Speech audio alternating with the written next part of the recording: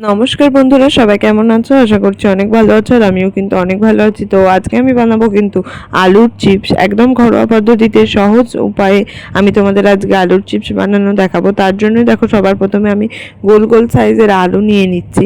আর এটা যতটা পরিমাণে গোল আলু নিতে পারবে ততটা আলুর চিপসটা মানে আসলের মতো দেখতে হবে, যেরকম আমরা দোকান থেকে কিনে খাই। আর আমি এখানে যতটা পরিমাণে বানাবো, মানে আমি 4টে আলুর বানাবো, তাই আমি 4টে আলুই নিয়েছি। প্রথমেও কিন্তু আমি 5টা আলু নিলাম, তারপর কিন্তু আমি আর একটা আলুর করবো না, কারণ অতটা খাওয়ার লোক নেই আমাদের। আপনারা চাইলে এর থেকে বেশি পরিমাণে নিতে পারেন। আর তারপরেই কিন্তু একটা গামলাতে অনেকটা জল নিতে হবে। আর সেই জলটা নেওয়ার পর আলুর খোলাগুলোকে খুব ভালো করে ছাড়িয়ে ফেলতে হবে। আর এভাবে কিন্তু একটা একটা করে সব আলুর খোলাগুলো ছাড়িয়ে আর বাটিতে ভালো করে ধুয়ে নিতে হবে। তো এখানে কিন্তু 4টে আলুর করব, ওই জন্য 4টে আলুর খোসা ছাড়িয়ে ভালো করে ধুয়ে নিচ্ছি। আর ভালো করে ধুয়ে নিতে হবে চটকে চটকে, যাতে আলুতে কোনো নোংরা না থাকে। আর এটা ধুয়ে নেওয়ার পর তো আমি এখানে একটা জিনিস ব্যবহার করছি, যেটা হলো আলুর চিপস করার মেন জিনিস। আলুর চিপসকে কিন্তু বঁটি দিয়ে কাটলে হবে না, কারণ বঁটি দিয়ে কাটলে ওটা অনেকটা মোটা হয়ে যায়। আর ওই মোটা জিনিসটাকে নিয়ে কিন্তু কখনোই আলুর চিপস হয় না, ওটা সেই আলু ভাজার মতো শক্ত মোটা হয়ে যায়।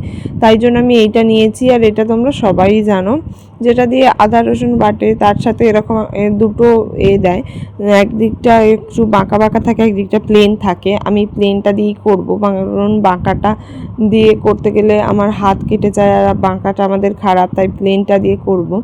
আর এখানটা দিয়ে জাস্ট এরম করে নিচের দিকে নাবালেই হয়ে যায়। আর এরম করে নিচে নাবালেই হয়ে যায়, একটু আটকায়, কারণ ওটা ওখানটা থেকে আলুটা নিচে যতক্ষণ না পড়ে ততক্ষণ আটকায়।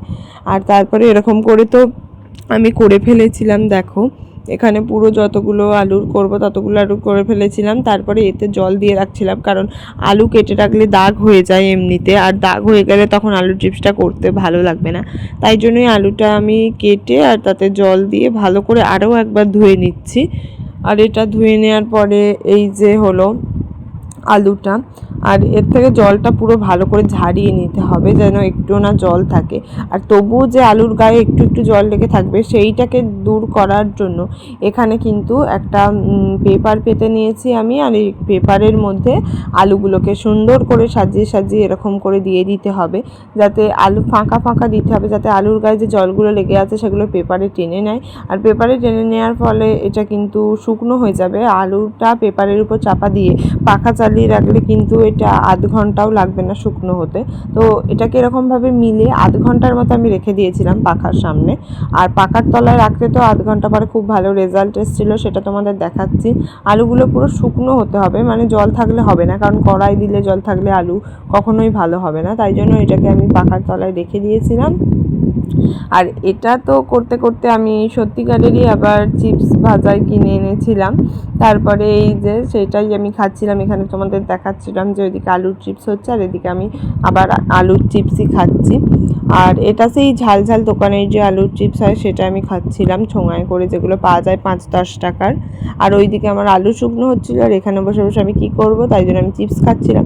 আমার চিপস খাওয়া অনেকটা শেষ হয়ে এসছে, আর আলুগুলোও প্রায় শুকিয়ে এসেছিলো, তাও হালকা যেন জল ছিল। আমি আলুগুলোর গায়ে হাত দিয়ে দেখছিলাম যে হালকা জল ছিল, এই যে আমার আঙুলে জল জল লেগেছিল, তার মানে আরেকটু হতে বাকি আছে। এটা আধ ঘন্টা যদি পাখার সামনে রেখে দাও তাহলেই কিন্তু শুকনো হয়ে যাবে, বেশি সময় লাগে না এটা করতে কিন্তু। আর তারপরে যে সুন্দর একটা স্বাদ হয় সেটা কিন্তু অসাধারণ। তারপরে অনেকক্ষণ পরে তো আমি একটা আলু হাত দিয়ে দেখলাম, চেপে চেপে দেখলাম যে জল প্রায় লাগেই নে। এই যে জল প্রায় লাগেই না, আমার হাত কিন্তু শুকনোই ছিল। আমি টেনেও চেপে দেখলাম, আরও জোরে জোরে চেপে দেখলাম, কিন্তু জল প্রায় লাগে নে বলে। তাই জন্যই আমি কি করলাম, এই আলুগুলোকেও আমি একটু দেখে নিচ্ছিলাম হাত দিয়ে দিয়ে যেগুলো জল লাগছে কি না। তারপরে একটু উল্টেও দিচ্ছিলাম আমি, মানে উল্টে দিলে যাতে ওই দিকের এটা হয়ে যায়। আর পেপারটা দেখো পুরো ভিজে গেছে, কারণ আলুর গায়ে যা জল ছিল সব পাখা আর পেপার মিলে টেনে নিয়েছিল। আর তারপরে এটা আমি কি করব, এটাকে মাঝখানটা নিয়ে আসব, যাতে এই আলুগুলোকে জড়ো করতে আমি পেপারের মধ্যে করে নিয়ে যেতে পারি। আর তার জন্যই আমি কিন্তু এখানটায় পেপারের মাঝখানে আলুগুলোকে নিয়ে এসেছিলাম, এসে কিন্তু হাত দিয়ে একটু করে নিচ্ছিলাম। তারপরে এটাকে আমি এভাবেই মুড়ে আর এখন নিয়ে যাব রান্নাঘরে, কারণ এগুলোকে এখন ভাজতে হবে। আর পেপারটা দেখো গোটা ভিজে গেছে। সো চলো। আর তারপরেই তো এই যে রান্নাঘরে এসছি, আর এসে কিন্তু কড়াতে তেল দিয়ে তাতে কিন্তু এরকম করে আলু দিয়ে দিচ্ছি। আর আলুগুলো একে একে ছাড়ার পরে তোমার যতগুলো ইচ্ছা হবে ততগুলো করে ছাড়তে পারো। এখানে কিন্তু আমি মানে 10-12টার মতো ছেড়েছিলাম একসাথে। তারপরেই কিন্তু এই আলুর চিপসগুলোকে তুলছিলাম। প্রথমবারে কিন্তু যত সব ছোট ছোট ছিল, মানে গুঁড়োগুলো ছিল, সেগুলো আমি দিয়েছিলাম। তারপরের বারে বড় বড় ভালোগুলো দেব। আর এরম করে তুলে নেওয়ার পর দেখো কতটা সুন্দর দেখতে লাগছে, পুরো দোকানের চিপসের মতোই, মানে দোকানের চিপসের মতোই দেখতে লাগছে। আর তারপরে এর উপর আমি কিন্তু বিন নুন ছড়িয়ে দিয়েছিলাম, কারণ এটা শুধু খেতে ভালো লাগবে না, কারণ আলু যখন আমি কাটছিলাম তখন এতে নুন মাখাইনি, তাই জন্য নুনটা আমি পরে মাখাচ্ছি। তোমরা যদি আলু কাটার সময় নুন মাখিয়ে নিয়ে থাকো তাহলে কিন্তু তোমাদের পরে অল্প পরিমাণে নুন দিলেই হয়ে যাবে। আর তারপরে এতে কিন্তু আমি একটু দিয়েছিলাম লঙ্কা গুঁড়ো আর গোলমরিচ গুঁড়ো, অল্প পরিমাণে দিয়েছিলাম। তারপরে এটা মাখানোর পরে এই যে এটার ফাইনাল লুক, মানে ফাইনাল টেস্ট হবে।